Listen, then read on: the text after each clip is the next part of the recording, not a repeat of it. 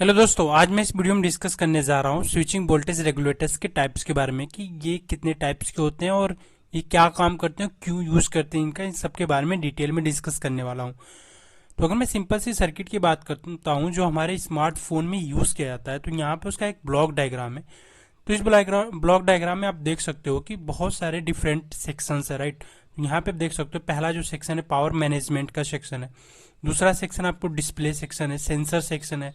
यहाँ पे ऑडियो सब सिस्टम सेक्शन है, कैमरा का सेक्शन है, सिम कार्ड का सेक्शन। तो ये सारे जो डिफरेंट सेक्शन आपको देखने को मिल रहे हैं ना, ये डिफरेंट वोल्टेज पे ऑपरेट होते हैं। मतलब इनको इनका जो ऑपरेटिंग वोल्टेज है ना, वो डिफरेंट वोल्टेज है। अगर मैं सिंपल से ये माइक्रो प्रोसेसर का बात करता हूँ जो यूज़ किया जाता है, तो इसका जो ऑपरेटिंग वोल्टेज होता है 3.3 वोल्ट पे ये ऑपरेट होता है। सेंसर भी आपको 3.3 वोल्ट पे ऑपरेट या 5 वोल्ट पे ऑपरेट होते हैं, राइट। अगर ऑडियो सिस्टम की बात करता हूँ तो ये 12 वोल्ट, 15 वोल्ट, 20 वोल्ट पे ये ऑपरेट होते हैं, राइट। तो इन सारे सेक्शंस को डिफरेंट वोल्टेज अप्लाई करना पड़ता है। तो यहाँ पे जो मेरी बैटरी अगर ये 12 वोल्ट का है तो हमें 3.3 वोल्टेज चाहिए होगा माइक्रो प्रोसेसर को ऑपरेट करवाने के लिए, क्योंकि ये 12 वोल्ट पे खराब हो जाएगा, राइट। तो इन सबको कन्वर्ट करने के लिए 12 वोल्ट को 3.3 वोल्टेज में कन्वर्ट करने के लिए हम क्या करते हैं, स्विचिंग वोल्टेज रेगुलेटर्स का यूज करते हैं। अगर 12 वोल्ट से हमें 15 वोल्ट, 20 वोल्ट चाहिए तो उसके लिए हम क्या करते हैं, स्विचिंग वोल्टेज रेगुलेटर्स का यूज करते हैं। तो इन सब के लिए हमें क्या करते हैं कि हमें स्विचिंग वोल्टेज रेगुलेटर्स चाहिए होता है। और क्यों चाहिए होता है, हम लीनियर वोल्टेज रेगुलेटर से क्यों नहीं काम करा सकते, तो उसके बारे में डिटेल में भी डिस्कस करने वाले हैं। तो वीडियो को लास्ट तक जरूर से देखना आप।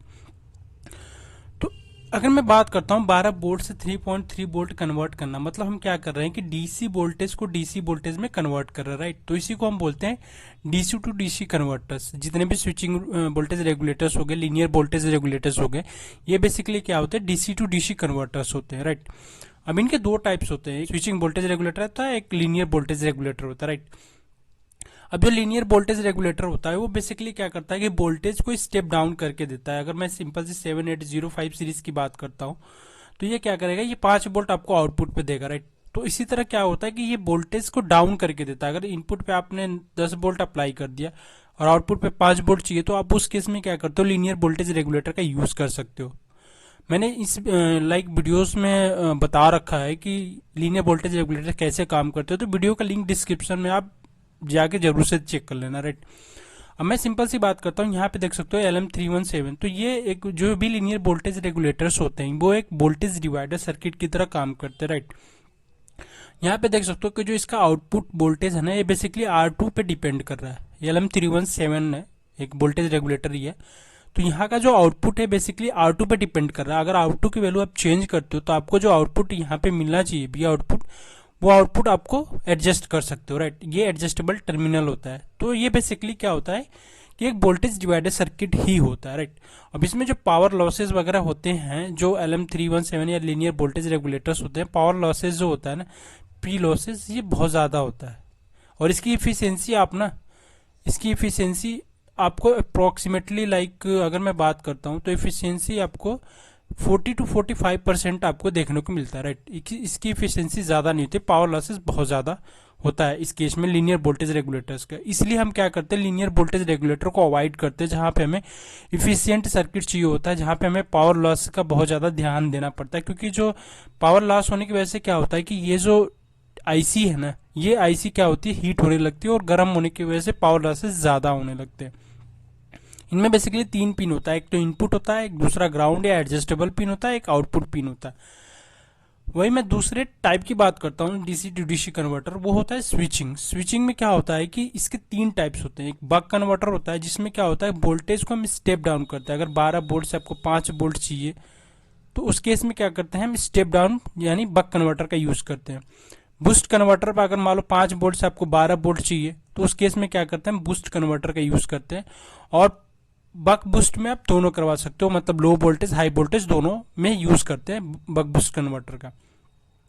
अब इसका जो आउटपुट वोल्टेज है ना, ये आउटपुट वोल्टेज की क्या करते हैं कि जो मेरा इनपुट वोल्टेज होता है ना, उसको हम कंट्रोल करते हैं, उसको स्विच करते हैं बाई अप्लाइंग कंट्रोल सर्किट। उसके बारे में आगे डिस्कस करेंगे। और जो भी हमारा कंट्रोल सर्किट होता है उसके जो पीडब्ल्यूएम सिग्नल होते हैं, उसकी ड्यूटी साइकिल को चेंज करके हम आउटपुट को एडजस्ट करते हैं, राइट।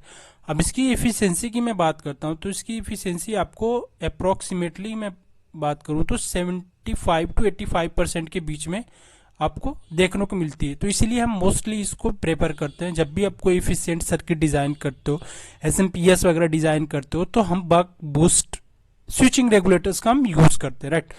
तो इस चीज का मैं आपको डिटेल में और आगे आने वाले वीडियो में डिस्कस करूंगा। अगर मैं सिंपल से इनकी डिफरेंस की बात करता हूँ कि लीनियर वोल्टेज रेगुलेटर्स और स्विचिंग वोल्टेज रेगुलेटर में डिफरेंसेस क्या क्या होते हैं, तो लीनियर वोल्टेज रेगुलेटर जैसा कि आपको बताया मैंने, एक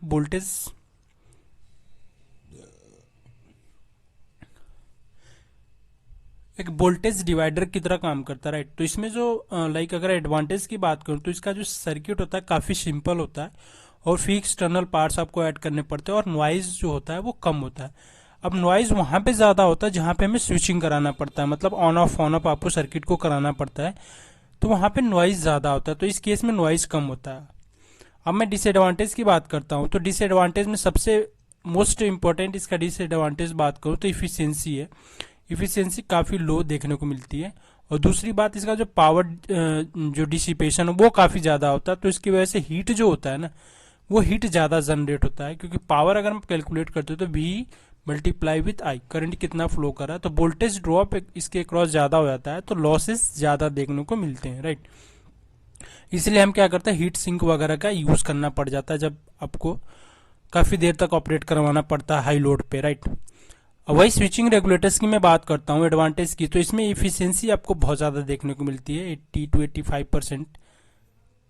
उस केस में हम क्या करते हैं, स्विचिंग रेगुलेटर का यूज़ करते हैं, लो हीट और यहाँ से आप वोल्टेज है ना, वो हाई वोल्टेज भी आप अचीव कर सकते हो, लो वोल्टेज भी आप यहाँ से अचीव कर सकते हो, जबकि लीनियर वोल्टेज रेगुलेटर में आप सिर्फ लो वोल्टेज यानी स्टेप डाउन वोल्टेज करवा सकते हो, वोल्टेज को कम करवा सकते हो।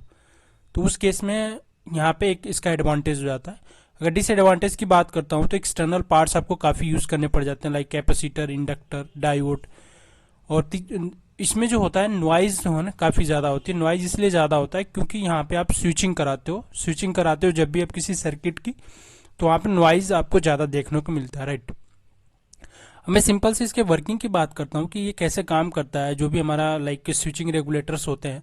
तो यहाँ पे बेसिकली एक मॉसफेट होता है, मॉसफेट का यूज़ करते हैं एज ए स्विचिंग कराने के लिए। क्यों?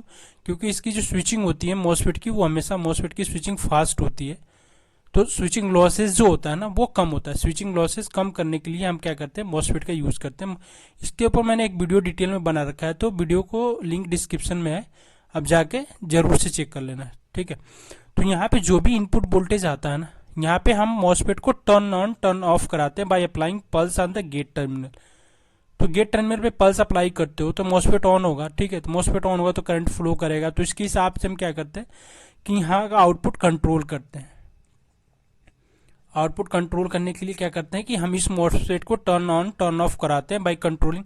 अगर इसका ड्यूटी साइकिल आप कंट्रोल करोगे तो आपको आउटपुट भी, जैसे आप आउटपुट चाहोगे वैसे आपको आउटपुट मिलेगा। तो इसको हम अचीव करने के लिए हम क्या करते हैं कि जो पीडब्ल्यूएम सिग्नल है ना, उसकी ड्यूटी साइकिल को चेंज करते हैं, राइट।